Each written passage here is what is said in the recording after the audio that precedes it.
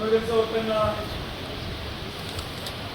दुःख झालं की आमच्या प्रभागामध्ये काम करत असताना 100% टॅक्स भरला जातो, मग निधी का अर्धा दिला जातो.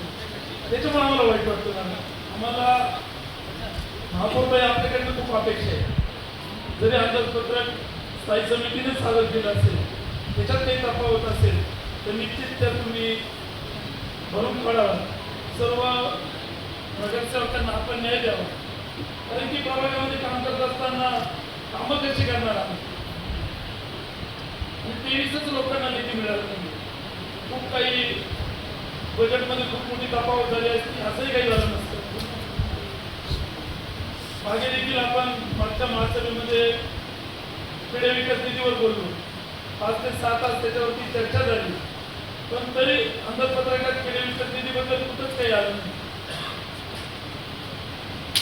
अजून आपलं अंदाजपत्रक बाकी आहे.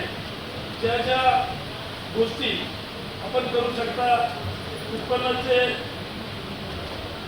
कुठून उत्पन्न वाढेल त्यासाठी जिथे जिथे कुठले उपाययोजना करायच्या असतील, कुठलेही निर्णय घ्यायचे असतील तर निश्चित आम्ही सर्वजण आपल्या सोबत राहू. पण हा जो तफावत, हा जो काही भेदभाव आहे याच्यामध्ये आपण पूर्णपणे जी काही नाराजी नगरसेवकांची असेल ती आपण दूर करावी.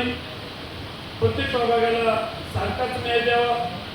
कोणी म्हणत असेल की आम्ही सत्ताधारी आहोत म्हणून आम्हाला जास्त निधी, मग सत्ताधाऱ्यांनाही मतदारांनीच केलं ना आम्हालाही मतदान जनतेने केलं. त्यामुळे माझी एवढीच मागणी राहील महापौरताई आपल्याकडे की सर्वांना समान न्याय द्या, सर्वांना समान निधी द्या. एवढीच आपल्याकडनं अपेक्षा करतो मी.